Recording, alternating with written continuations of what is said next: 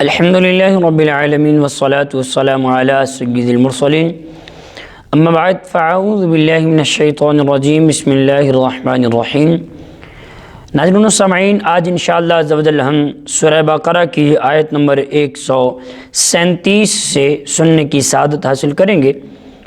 درود پاک کی فضیلت میں آتا ہے، نبی پاک صلی اللہ تعالی علیہ وسلم کے فرمان کا خلاصہ ہے، جسے یہ پسند ہو کہ اللہ کی بارگاہ میں پیش ہوتے وقت اللہ تعالیٰ اس بندے سے راضی ہو، اسے چاہیے کہ وہ مجھ پر کثرت سے درود پاک پڑھا کرے۔ صلو علی الحبیب صلی اللہ تعالی علی محمد صلی اللہ علیہ وسلم۔ اللہ رب العالمین قرآن مجید فرقان حمید کے پارہ 1 سورہ بقرہ آیت نمبر 137 میں ارشاد فرماتا ہے، بسم اللہ الرحمن الرحیم، فَإِنْ آمَنُوا بِمِثْلِ مَا آمَنْتُمْ بِهِ فَقَدِ اهْتَدَوْا وَإِنْ تَوَلَّوْا فَإِنَّمَا هُمْ فِي شِقَاقٍ فَسَيَكْفِيكَهُمُ اللَّهُ وَهُوَ السَّمِيعُ الْعَلِيمُ۔ ترجمہ کنز الایمان۔ پھر اگر وہ بھی یوں ہی ایمان لے آئیں جیسا تم ایمان لائے ہو، جب تو وہ ہدایت پا گئے، اور اگر منہ پھیریں تو وہ صرف مخالفت میں پڑے ہوئے ہیں۔ تو اے محبوب علیہ السلام، ان قریب اللہ ان کی طرف سے آپ کو کافی ہوگا، اور وہی سننے والا جاننے والا ہے۔ ناظرین و سامعین، یہودیوں کو صحابہ کرام علیہم رضوان کی طرح ایمان لانے کا فرمایا گیا۔ اس سے پتہ چلا کہ صحابہ کرام کا ایمان اللہ کی بارگاہ میں معتبر اور دوسروں کے لیے مثال بیان کیا گیا۔ ارشاد فرمایا گیا، ان قریب اللہ آپ کو ان کی طرف سے کفایت فرمائے گا۔ یہ اللہ تعالیٰ کی طرف سے ذمہ ہے کہ وہ اپنے محبوب علیہ السلام کو غلبہ عطا فرمائے گا، اور اس میں غیب کی خبریں بھی ہیں کہ آئندہ حاصل ہونے والی فتوحات کا پہلے سے اظہار فرما دیا۔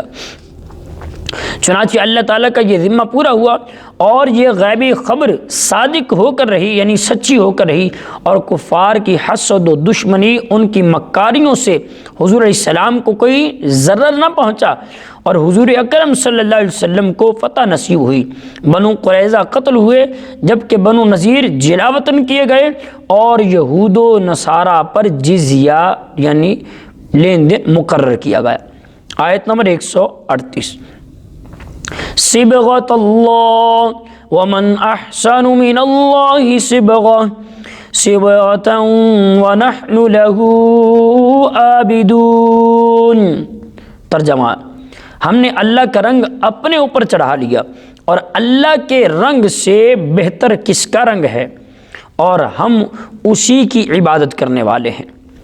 جس طرح رنگ کپڑے کے ظاہر و باطن میں سرایت کر جاتا ہے، اسی طرح اللہ تعالیٰ کے دین کے سچے عقائد ہمارے رگ و پے میں سما گئے ہیں، ہمارے ظاہر و باطن اس کے رنگ میں رنگ گئے۔ ہمارا رنگ ظاہری رنگ نہیں جو کچھ فائدہ نہ دے، بلکہ یہ نفوس کو یعنی نفسوں کو پاک کرتا ہے۔ ظاہر میں اس کے آثار ہمارے اعمال سے نمودار ہوتے ہیں۔ عیسائیوں کا طریقہ تھا کہ جب اپنے دین میں کسی کو داخل کرتے یا ان کے یہاں کوئی بچہ پیدا ہوتا تو اس پانی میں زرد رنگ ڈال کر اس میں اس شخص یا بچے کو غوطہ دیتے، اور کہتے کہ اب یہ سچا عیسائی ہو گیا۔ اس آیت میں فرمایا گیا اس بات کا رد کہ یہ ظاہری رنگ کسی کام کا نہیں ہے۔ آیت نمبر 139، قل اتحاجوننا فی اللہ وهو ربنا وربکم ولنا اعمالنا ولکم اعمالکم ونحن له مخلصون۔ محبوب علیہ السلام، آپ فرمائیں، کیا تم اللہ کے بارے میں ہم سے جھگڑتے ہو، حالانکہ وہ ہمارا بھی رب ہے اور تمہارا بھی؟ ہمارے اعمال ہمارے لیے، تمہارے اعمال تمہارے لیے، اور ہم خالص اسی کے ہیں۔ ناظرین و سامعین، یہودیوں نے مسلمانوں سے کہا تھا کہ ہم پہلی کتاب والے ہیں، ہمارا قبلہ پرانا ہے، ہمارا دین قدیم ہے، انبیاء کرام ہم میں سے ہوئے ہیں، لہٰذا اگر محمد مصطفیٰ صلی اللہ علیہ وسلم نبی ہوتے تو وہ ہم ہی میں سے ہوتے۔ اس پر یہ آیت کریمہ نازل فرمائی گئی، اور نبی کریم علیہ الصلوۃ والسلام کے ذریعے ان سے فرمایا گیا کہ ہمارا اور تمہارا سب کا رب اللہ ہے، اسے اختیار ہے کہ اپنے بندوں میں سے جسے چاہے عرب میں بنائے یا دوسروں میں نبی بنا دے۔ فرمایا یعنی ہم کسی دوسرے کو اللہ تعالیٰ کے ساتھ شریک نہیں کرتے، وَنَحْنُ لَهُ مُخْلِصُونَ، ہم خالص اسی کے ہیں۔ چیز خالص اللہ تعالیٰ کا وہی ہوتا ہے جو اس کے رسول صلی اللہ علیہ وسلم کا ہو جائے، اور جو رسول پاک علیہ السلام کا ہو گیا وہ اللہ تعالیٰ کا ہو گیا۔ اللہ تعالیٰ سورہ نساء کی آیت نمبر 80 میں ارشاد فرماتا ہے، مَن یُطِعِ الرَّسُولَ فَقَدْ أَطَاعَ اللَّهَ، جس نے رسول کی اطاعت کی اس نے اللہ کی اطاعت کی۔ اعلیٰ حضرت امام احمد رضا خان رحمۃ اللہ تعالی فرماتے ہیں، جو کہ اس در کا ہوا خلق خدا اس کی ہوئی، جو کہ اس در سے پھرا اللہ اس سے پھر گیا۔ آیت نمبر 140 میں اللہ رب العالمین ارشاد فرماتا ہے، ام تقولون ان ابراہیم واسماعیل واسحاق ویعقوب والأسباط كانوا هودا أو نصارى قل أأنتم أعلم أم الله ومن أظلم ممن كتم شهادة عنده من الله وما الله بغافل عما تعملون۔ اے اہل کتاب، کیا تم یہ کہتے ہو کہ ابراہیم و اسماعیل و اسحاق اور یعقوب علیہ السلام اور ان کی اولاد یہودی یا نصرانی تھے؟ اے محبوب علیہ السلام آپ فرمائیں، کیا تم زیادہ جانتے ہو یا اللہ؟ اور اس سے بڑھ کر ظالم کون جس کے پاس اللہ کی طرف سے کوئی گواہی آئے اور وہ اسے چھپائے، اور اللہ تمہارے اعمال سے بے خبر نہیں ہے۔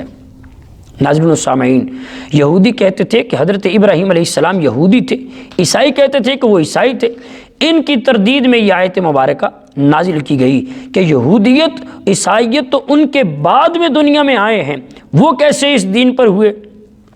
اور ومن اظلم ممن، اس سے بڑھ کر ظالم کون، یعنی اللہ تعالیٰ کی گواہی کو چھپانے والا اور سب سے بڑا ظالم ہے۔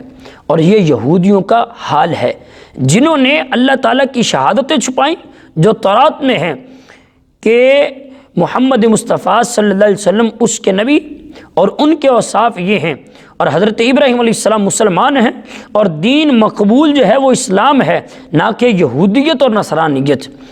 اب بھی بہت سے لوگ ہیں جو قرآن پڑھتے ہیں لیکن حضور اکرم صلی اللہ علیہ وسلم کی عظمت و شان کی آیتوں کا انکار کرتے ہیں اور انہیں عوام کے سامنے بیان نہیں کرتے۔